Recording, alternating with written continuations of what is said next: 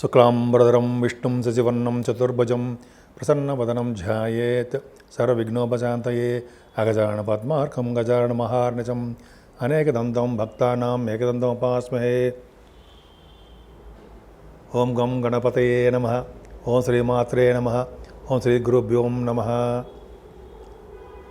మా ఆది ఆశ్వాలను చూస్తున్నటువంటి మీ అందరికీ, అలాగే విదేశాల్లో కూడా ఉంటూ నన్ను ఎంతగానో ప్రోత్సహిస్తూ నాకు ఫోన్లు చేస్తూ నిరంతరము నన్ను డౌట్లు అడగడం, మీరు ఫాలో అవ్వడం అనేది చాలా బాగుంది. మీ అందరికీ పేరు పేరున నా హృదయపూర్వక నమస్కారాలు. అలాగే మా ఆది అష్టాదశి తరపు నుంచి నేను మీ వాడ్రేవాది నేను చెప్తున్నాను. నేను వాడ్రేవాది, నేను ఆది అష్టాదశి నుంచి మాట్లాడుతున్నా. సో ఈ జాతకాల గురించి చెప్పుకుందామండి. ఇప్పుడు మనం కుజుడు గురించి చెప్పుకుందాం, వక్రగతిలో కుజుడు గురించి చెప్పుకుందాం. చెప్పుకునే ముందర ఏంటంటే, మీ జాతకాలు చూపించుకోవాలన్నా, లేదా పెళ్లి సంబంధాలు ఉంటాయి, కొంతమంది మ్యాచెస్ ఉంటాయి కదండి, మ్యాచింగ్ అది కావాలన్నా తప్పకుండా మేము చెప్తాము. ముందర అన్నిటికన్నా ముఖ్యం ఏంటంటే మీ date of birth, time of birth. అంటే టైమ్ ఆఫ్ బర్త్ అంటే మీరు ఎప్పుడు పుట్టారు, మీ ఏ సంవత్సరంలో పుట్టారో అలా ఆ date of birth, time of birth, place, main important place కూడా అండి. ఆ ప్లేస్ ఆఫ్ బర్త్ కూడా ఉంటే చక్కటి ఫలితాలు వస్తాయి. మీరు ఉద్యోగం కానీ, లేకపోతే వివాహం అవ్వాలన్నా, లేకపోతే ఎప్పుడు ఉద్యోగం వస్తుందని కానీ, ఎప్పుడు వివాహం అవుతుంది, అదే శుభకార్యాలు ఎప్పుడు చేస్తాము, మా ఆదేశాల తరపున నేనే చెప్తూ ఉంటానండి ఎక్కువగాను. ముఖ్యంగా మీరు ఫోన్ చేసినప్పుడు నేను ఫోన్ ఎంగేజ్లో ఉన్నా, నేను షూటింగ్స్లో ఉన్నప్పుడు కొద్దిగా ఫోన్ ఆఫ్ చేస్తూ ఉంటాను. వాటిలో ఉన్నా మీరు ఏమనుకోవద్దు. మీరు జనరల్గా మెసేజ్లు పెట్టండి. మెసేజ్లు పెడితే వాట్సాప్లో నేను తప్పకుండా చూస్తాను. మళ్ళీ నేను ఇమ్మీడియట్గా రెస్పాండ్ అవుతాను. మీకు ఫోన్ చేసి మరి మీకు ఏం కావాలి, మీరు ఏం కావాలనుకుంటున్నారో, మీరు ఏం తెలుసుకోవాలనుకుంటున్నారు అనేది డిస్క్రిప్షన్లో మీరు రాస్తే నాకు అర్థమైపోతుంది. సో ఈ విధంగా మనం జాతకాల్లో చూసుకోవచ్చండి. మెయిన్ ఇప్పుడు ఏంటంటే మనం తెలుసుకోవాల్సింది కుజుడు యొక్క వక్రగతి అండి. వక్రగతిలో ఉన్న కుజుడికి బలవంతుడు అవుతాడు.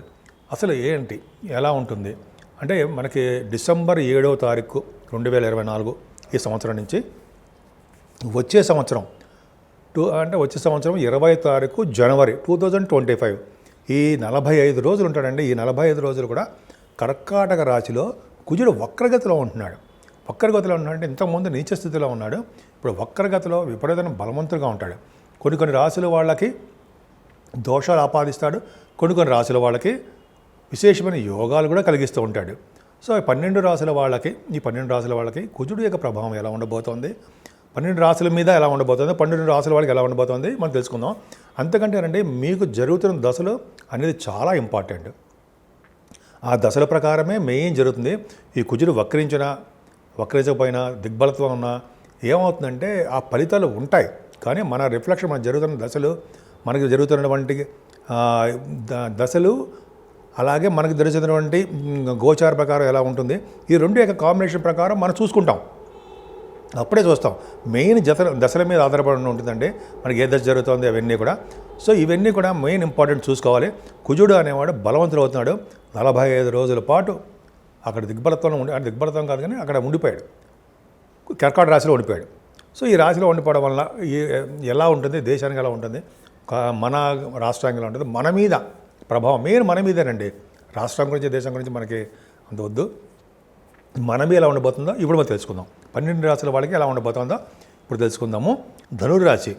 ధనుర్రాశి వాళ్ళకి కుజస్తంభన వలన, కుజుడు యొక్క కర్కాటక రాశిలో నుండి కుజుడు వక్రగతిలో ఉండడం వలన ఏం ఫలితాలు ఇస్తాడు? మంచి ఫలితాలు ఉంటాయండి. కాకపోతే ఏంటంటే మీరు కష్టపడాలి. ద్వితీయ భావాన్ని కుజుడు చూస్తున్నాడు. కుజుడు ద్వితీయ భావం చూడడం వలన సంపదలు పెరుగుతాయి. కాకపోతే విద్యలో కూడా ఆటంకాలు కలగడానికే ఎక్కువ అవకాశాలు ఉన్నాయి. మీ ధనం విషయంలోనూ ఏమాత్రం భయపడాల్సిన అవసరం లేదు. కుటుంబంలో వృద్ధి కలుగుతూనే ఉంటుంది. ముఖ్యంగా చదువు బాగా చదవండి. అంతేకాకుండా వాహనాలు కొనుక్కోవడానికి అవకాశాలు ఎక్కువ ఉన్నాయి. ఆయన 3వ భావం కూడా చూస్తున్నాడు కాబట్టి ఎక్కువగా తరచూ షార్ట్ జర్నీస్, దగ్గర ప్రాంత ప్రయాణాలు చేయడము, మీ తోబుట్టువులను కలవడము, మీ వే ఆఫ్ లివింగ్ స్టైల్ ఎక్కువగా ఆలోచిస్తూ ఉంటారు కదా, ఆలోచనలు కార్యరూపం దాల్చడము, శుభవార్తలు, శుభకార్యాలు చేయడము ఎక్కువ జరుగుతుంది. ముఖ్యంగా మీరు వాహన యోగం కొనుక్కోవడం కూడా అవకాశం ఉంది. పంచమ స్థానాధిపతి అయినటువంటి కుజుడు అష్టమంలో తప్పండి. అంటే వక్రగతిలో ఉన్నాడు కాబట్టి, ఆయనకు బలమైన వాడు కాబట్టి అష్టమంలో తప్పు. తప్పు అంటే అర్థం ఏంటంటే సంతానం విషయంలో కొద్దిగా ప్రాబ్లమ్స్ కలగడానికి అవకాశం ఉంటుంది. అలాగే మీరు స్పోర్ట్స్ రంగంలో బాగా మీరు నిష్ణాతులు అనుకోండి, స్పోర్ట్స్ రంగంలో బ్రహ్మాండంగా ఉంటారు, కానీ ఆ వాటిలో కూడా మీకు అంతగా ఈ కాలంలో 45 రోజుల పాటు యోగించదు. అలాగే స్టాక్ మార్కెట్లో ఉన్న వాళ్ళు కూడా లాసులు రావడానికే అవకాశం ఉంటుంది. ఆచి తూచి ఆడాల్సిందే. పంచమాధిపతి ఎప్పుడు స్ట్రాంగ్గా ఉంటేనే తప్ప, స్ట్రాంగ్గా ఉన్నప్పటికీ కూడా అష్టమ స్థానంలో గడిపాడు కాబట్టి కొద్దిగా ప్రాబ్లమ్స్ మీ రాశి వాళ్ళకి ఉన్నాయి. ఆయన పైగా మీ కుజుడు కూడా మీకు అష్టమ స్థానంలో ఉన్నాడు కాబట్టి జలగండం ఉన్నట్టుగా ఉండడానికి అవకాశం ఉందండి. జలం అంటే ఏంటంటే నీటి వలన మీకు ప్రమాదాలు, అదే రోడ్డు మీద ప్రమాదాలు అంటే ప్రతి వాడికి జరిగిపోతుంది అంటే జరగదు. వాళ్ళ జాతకాల రీత్యా వాళ్ళ జరుగుతున్న దశల రీత్యా ఉంటుంది తప్ప, ఇది కుజుడు ఇప్పుడు చెప్పేదంతా కూడా ఏ ఒక్కరిని ఉద్దేశించి చెప్తుంది కాదు. యూనివర్స్ అందరికీ కావాల్సిన ఇన్ఫర్మేషన్ మనం తగు జాగ్రత్తలు తీసుకుంటాం తప్ప, ఇన్ఫర్మేషన్ అంటే మనం జాగ్రత్తలు తీసుకోవడానికి చెప్తాం తప్ప తెలుసుకోవడం కోసం చెప్తున్నాం. పూజలు ఇచ్చే ఫలితాలు ఏముంటాయి తెలుసుకోవడం అంతే తప్ప, మీరు దాని గురించి బాగా భయపడిపోయి అయ్యా బాబాయ్ ఏమైపోతున్నాను అది ఏమీ లేదు. ప్రాణ భయం ప్రాణగండం ఏమీ ఉండదు. మిగతా గ్రహాలు ఉన్నాయి కదండి. కుజుడు అంత ఈజీగా అవన్నీ చంపాడు. మంచి చేస్తాడు ఆయన. సుబ్రహ్మణ్యుడు అంటే మాటలు కాదు కదండి, మంచే చేస్తాడు ఆయన. సో అష్టమస్థానం ఉన్నాడు కాబట్టి ధనయోగాన్ని తలవంతరం వచ్చి ధనయోగాన్ని ఇస్తాడు.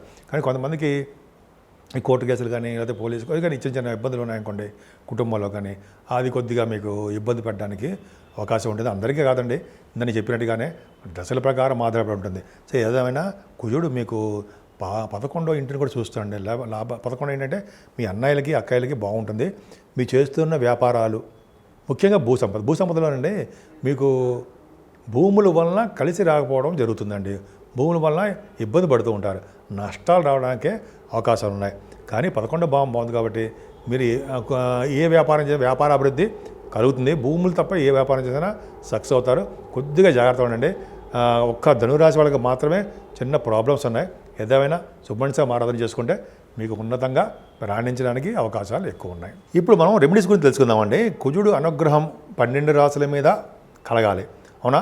ఇప్పుడు కుజుడు కొన్ని రాశులకి యోగాన్ని, కొన్ని రాశులకు అవయోగాన్ని కలిగిస్తున్నాడు కదా. ఈ స్ట్రాంగ్గా ఉండడం వలన, ఆయన అంటే కుజు స్తంభన వలన, కుజుడు యొక్క రెట్రోగేషన్ వలన కొన్ని రాశులకి ఇబ్బంది కలిగిస్తున్నాడు. అది ఇబ్బంది అంటే మరీ ఇబ్బంది కాదు, కానీ కుజుడు యొక్క అనుగ్రహం కలగాలి కదండి. అన్ని రాశుల వాళ్ళకి మనందరికీ బాగుండాలి కదా మనందరం, అవునా? కాబట్టి కుజుడు సుబ్రహ్మణ్య స్వామి పూజలు చేసుకుందాం. సుబ్రహ్మణ్య స్వామి కళ్యాణం చేయించుకున్నా, సుబ్రహ్మణ్య స్వామి అష్టోత్తరం చేసుకున్నా ఇంట్లోనే, లేదా పుట్టలో పాలు పోసినా, ఈ విధంగా సుబ్రహ్మణ్య స్వామి ఆరాధన ఈ 45 రోజులు బాగా చేసుకుంటే నిరంతరం సుబ్రహ్మణ్య స్వామి కొలవడం వలన ఏం చేయదండి మనకు తెలియదు. మనకు చిన్న మంత్రం చెప్పండి. అంటే ఓం మెలికిలిసా అండి, సం శరవణ భవాయ నమః, ఓం సం శరవణ భవాయ నమః, ఓం సం శరవణ భవాయ నమః అనే మంత్రాన్ని బీజాక్షరం నేను 108 సార్లు రోజు చెప్పించుకోవడం వలన 12 రాశుల వాళ్ళకి అద్భుతం ఫలితాలు ఉంటాయండి. ముఖ్యంగా సుబ్రహ్మణ్య స్వామి ఆరాధన ఎంతో పవర్ఫుల్. సుబ్రహ్మణ్య స్వామికి పాలతో అభిషేకము, తేనెతో అభిషేకము ఇలా ఉన్నాయి కదండి, అన్ని అభిషేకాలు ఉన్నాయి కదా. పైగా ఆయన గంధంతో అభిషేకం చేస్తే పుణ్యఫలం ఉంటుంది అంటారు. అరగదీసిన గంధం ఉంటుంటారా, ఎవరైతే అరగదీసిన గంధాన్ని సుబ్రహ్మణ్య స్వామికి మొత్తం అంతా రాస్తారో వాడికి పుణ్యం అధికంగా ఉంటుంది. వీడు ఏ జన్మలో చేసుకున్న పుణ్యమో అంటుంటాం కదా, అది పుణ్యం అని ఇలాగ వస్తాయి. పుణ్యం చేసుకోవడం అంటే ఏంటి, గంధాన్ని సుబ్రహ్మణ్య స్వామికి రాయడమే. సుబ్రహ్మణ్య స్వామి అంటే మనకు విగ్రహం ఉంటుంది, అయితే మా ఇంట్లో పాము కూడా ఉంటుంది, 5 తల పాము, వెండిది, బంగారం పూజ చేసుకున్న, పాల అభిషేకం చేసుకున్న అద్భుతమైన ఫలితాలు వస్తాయి. ఈ విధంగా సుబ్రహ్మణ్య స్వామికి పూజ చేసుకుంటే ఏ ఫలితాలు వస్తాయి? భార్యాభర్తల విషయంలో అనురాగం పెరుగుతుందండి, మనస్పర్ధలు ఉండవు, త్వరగా వివాహ శుభకార్యాలు జరిగిపోతాయి, వివాహాలకి ఆటంకం ఏర్పడదు. ముఖ్యంగా సంతానం విషయంలో ప్రాబ్లమ్స్ వస్తాయి. సార్ పుట్టట్లేదురా బాబు సంతానము, ఎట్లాగ అనుకుంటాం కదా చాలామందికి. కుజుడి ప్రభావం సర్పదోషం ఉంటుంది కొంతమందికి, అంటే రాహుకేతులకి కుజుడి ప్రభావం ఉంటుంది. ముందు కుజుడి ప్రభావం కాబట్టి పంచమ స్థానంలో సంతానం విషయంలో ఇబ్బంది కలుగుతుంది. కాబట్టి ఈ సుబ్రహ్మణ్య స్వామి పూజ చేసుకుందాం, ఇబ్బందులన్నీ తొలగిపోతుంటాయి. అలాగే ఇంకా చెప్పాలంటే ఈ కొంతమందికి ఉద్యోగాల భద్రత ఉండదు. ఉద్యోగాల కోసం కూడా ట్రై చేసే వాళ్ళకి, విదేశాలు వెళ్ళడానికి ట్రై చేసే వాళ్ళకి, ఇలాగ అన్ని యాంగిల్స్ చూసి అంటే అన్నిటి ప్రభావం యొక్క కుజుడే కారకుడవుతాడు. ముఖ్యంగా సంతాన విషయంలోనూ, భార్యాభర్తల విషయంలోనూ, భార్యాభర్తలు విడగొట్టాలన్నా కలపాలన్నా కూడా ఆయనే కారకుడవుతాడు. పైగా ఇంకా చెప్పండి వివాహ శుభకార్యాల్లోనూ అనేక రకాలుగా యాక్సిడెంట్స్ కాకుండా ఆయన మరి రోడ్డు ప్రమాదాలు కలగడానికి, యాక్సిడెంట్ కలగడానికి, బోన్స్ తిరగడానికి, రక్తం కారడానికి ఇవన్నీ కారకుడు ఆయనే కదా. అవన్నీ కాకుండా సర్వదా రక్షగా ఉంటాడు సుబ్రహ్మణ్యుడు. కాబట్టి సుబ్రహ్మణ్య స్వామి ఆరాధన ఎంత చేసుకుంటే అంత అద్భుతమైన ఫలితాలు ఇస్తారండి. కుజస్తంభం కాబట్టి చెడు ఫలితాలు ఎక్కువ, అంటే ఆయన బాగా రిట్రగేషన్లో ఉన్నాడు కాబట్టి ప్రాబ్లమ్స్ క్రియేట్ అవుతుంది. మనకేం చేయడు, మన రాష్ట్రానికో వేరే రాష్ట్రాలకు చిన్న చిన్న మనస్పర్ధలు ఏవో వస్తుంటాయి, అది పక్క పెడదాం. 12 రాసుల వాళ్ళకి బాగుండాలని, అద్భుతంగా ఉండాలని, ఇటు యోగం చేసినా యోగం చేయకపోయినా కుజుడి యొక్క ప్రభావం వలన, కుజుడి యొక్క సుబ్రహ్మణ్య ఆరాధన వలన 12 రాసుల వాళ్ళకి ఆయన యొక్క చల్లని చూపులు, ఆయన యొక్క దీవెనలు కలగాలని, ఆయన దీవెన వల్ల మనందరం సుఖ సంతోషాలతోటి ఆయుర ఆరోగ్యాలతోటి ఎప్పుడూ అద్భుతంగా ఉండాలని ఉంటారని నేను మనస్ఫూర్తిగా కోరుకుంటున్నాను.